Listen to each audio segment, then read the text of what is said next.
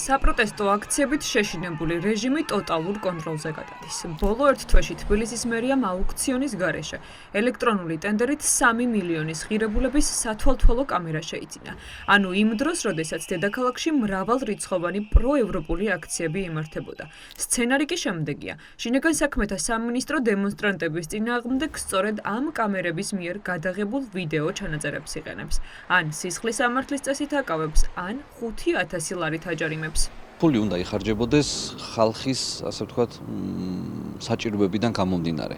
ანუ უნდა ვითარდებოდეს მუნიციპალური სერვისი, მაგალითად, სწრაფად უნდა კეთდებოდეს მეტროსადგურების რეაბილიტაცია, სწრაფად უნდა კეთდებოდეს ასფალტის საფარი და ასე შემდეგ და ასე შემდეგ. ანუ მეტი მუნიციპალური სიკეთე უნდა მივიღოთ. ეხლა ეს ბიუჯეტი, როგორც კალაძე ხარჯავს, ეს ბიუჯეტი ხმარდება ეხლა ამ კონკრეტულ შემთხვევაში ბიძინევანიშვილის მიზნებს, რომ ანუ მისი მიზანია, რომ რაღაცნაირად ეს აქციის მონაწილეები დააშინონ. ანუ ეს კონკრეტულად ეხლა არავინ არ კითხავს არც კალაძეს და არც არავის.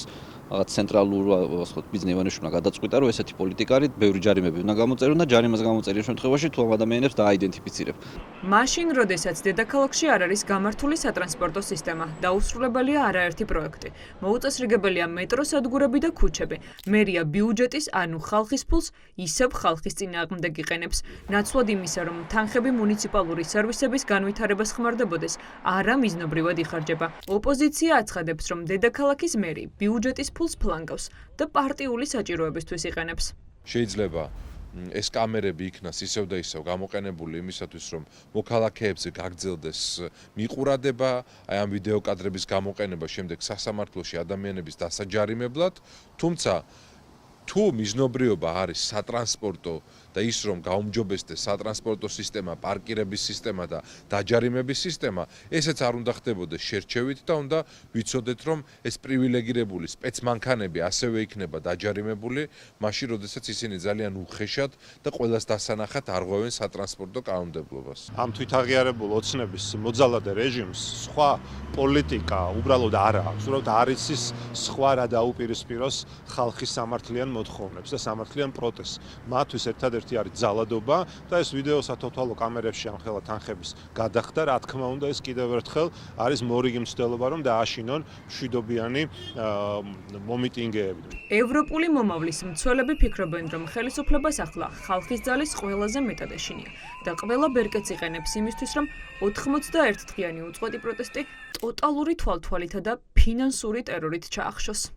ჩვენ ვემგზავსებით სულ უფრო რუსეთს და ჩინეთს, სადაც ციფრული, ასე ვთქვათ, გეტო საკონცენტრაციო ბანაკი არის მოწყობილი, სადაც ციფრული ტექნოლოგიების მეშვეობით კამერებით ხდება მოქალაქეებზე უკანონო თვალთვალი და კონტროლი. სწორედ ამას აშენებს ოლიგარქი ივანიშვილი. ჩემს საქმეშიც იკვეთება, რომ კონკრეტულად ფიქსირდება ძალიან ახლოდან ყველა მიტინგის მონაწილე და ამით შესაბამისად ხდება იდენტიფიკაცია, ვინ მონაწილეობს, ვისთან აქვს კომუნიკაცია.